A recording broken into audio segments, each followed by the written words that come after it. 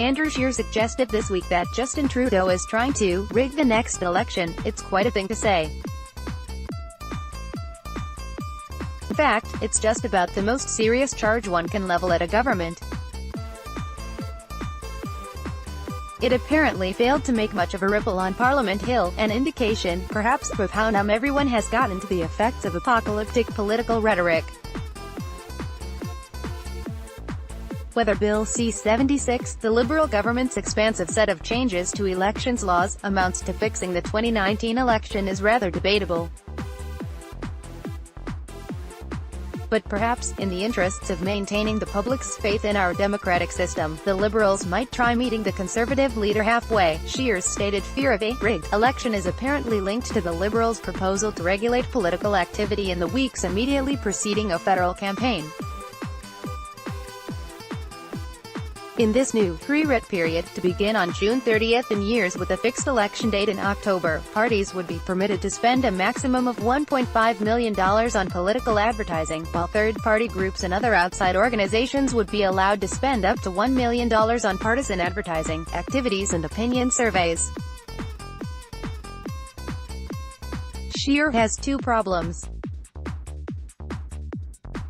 Putting a leash on pre-writ government PR first, he suggests that two third-party organizations, advocacy groups that take up particular causes, could team up to effectively outspend a political party, even though the bill would prohibit collusion between such groups.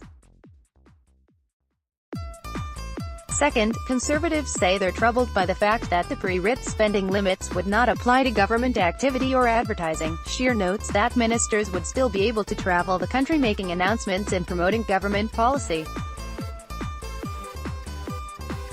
As an example, Scheer could always point to Pierre Poilievre's cross-country universal child care benefit PR tour in the summer of 2015. Just months before the election his government lost. Under guidelines drafted by the Liberals in 2016, government advertising is banned in the 90 days before an election date, but that does not line up with the new pre-writ period. In 2019, for instance, the ban on government advertising would kick on July 24. Fixing that timeline discrepancy should be easy enough, and the Conservatives would like to see the government's advertising rules written into legislation. Banning government travel and activity during the pre-writ period could be trickier. The pre-writ rules would only apply to advertising. Andrew Scheer and all other opposition MPs would also still be free to travel the country. And if cabinet ministers were to be banned from appearing in public during the pre-writ period, it might make sense to also sequester opposition leaders in an undisclosed location. That's not the sum of opposition concerns about C-76, of course. The Conservatives have backed away from raising fears about voter fraud, but they also want tighter restrictions to ensure third-party groups don't use foreign sources of funding for election activities. New Democrats are calling for more oversight of how political parties collect and use data on voters. Expert testimony at committee hearings no doubt will raise other concerns, maybe about how well this bill deals with the emergent digital threats of the social media era. But the Prime Minister says the government is open to amendments. And none of the gaps identified by Conservatives or New Democrats seem unbridgeable. Let's make a deal, and it's in the Trudeau government's own interests to limit the grounds on which it might be accused of running roughshod over democracy, partly because the recent precedents are so ugly. Election reform has been a source of woe for the Liberals, some of it self-inflicted. Trudeau's promise of deep electoral reform ended in retreat and recrimination.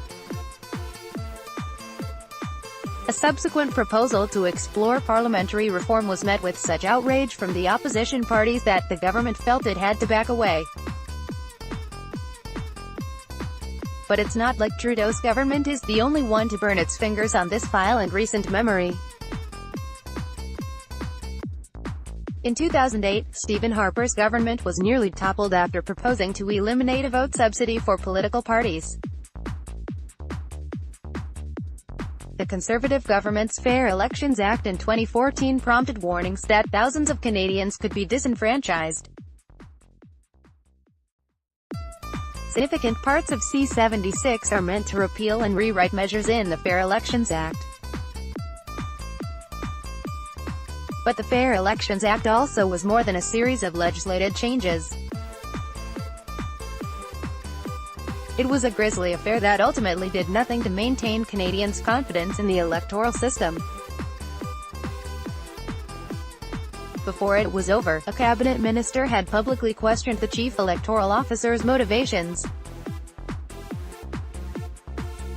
In hindsight, that was a dangerous moment that could have seriously shaken public confidence in the democratic system. Bill C-76 is a chance to demonstrate that debating election law needn't go that far.